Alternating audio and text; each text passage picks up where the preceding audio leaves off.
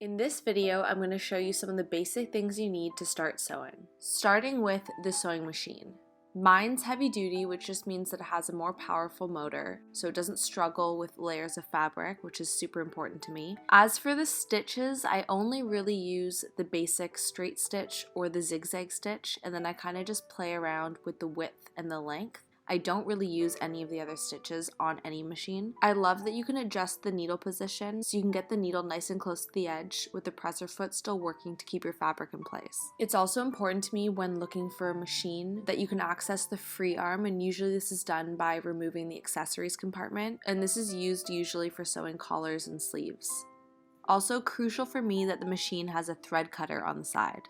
Now moving on to other items that I like to have when I sew. I always have a measuring tape on me, and I like one that has inches as well as centimeters.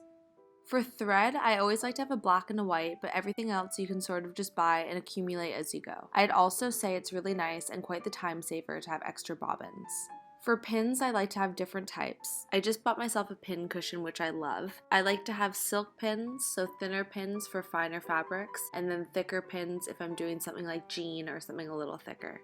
I also have a variety of sewing machine needles for the same reason of different thicknesses of fabric, so it's good to always have a range that can sew from lightweight to thick fabric.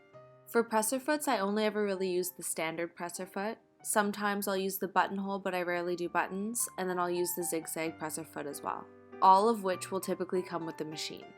Because I'm often reworking existing clothes, I always have a seam ripper. You're also going to need hand sewing needles because for some details you can't use your machine. I do like to have a collection of elastic, which is kind of unnecessary because you would typically buy elastic for a specific project, but I do find myself using it a lot and like to have the option to play around with. At school, they made sure that you never use the same scissors for fabric and for paper, so I have two different scissors for that, and then I have another pair of scissors that I use for elastic or other notions. I always have a regular pen, but I also have a pen that you can draw on fabric that erases with an iron, and I love it. I keep on me a collection of notions, so lace, bows, ribbons, that sometimes are from other projects, or sometimes they're just things that I love that I see in a store and I'll buy them. And I just keep these because they give me inspiration for projects, and I like to look at them and it gets me excited about sewing. In a very similar way, I'll keep fabrics that I like as well, and sometimes they're just cheap cottons to practice new projects with, and sometimes it's a silk that'll get me inspired to sew. My least favorite, and unfortunately one of the most important parts of sewing, is to have a good iron. The final one, and it's not totally necessary, but it's quite a treat to have, is a mannequin. They can be expensive, but they make sewing a lot easier. So here's my completed list of everything you need to start sewing. I really hope this helps. Thank you so much for watching, and if you liked this video, please subscribe.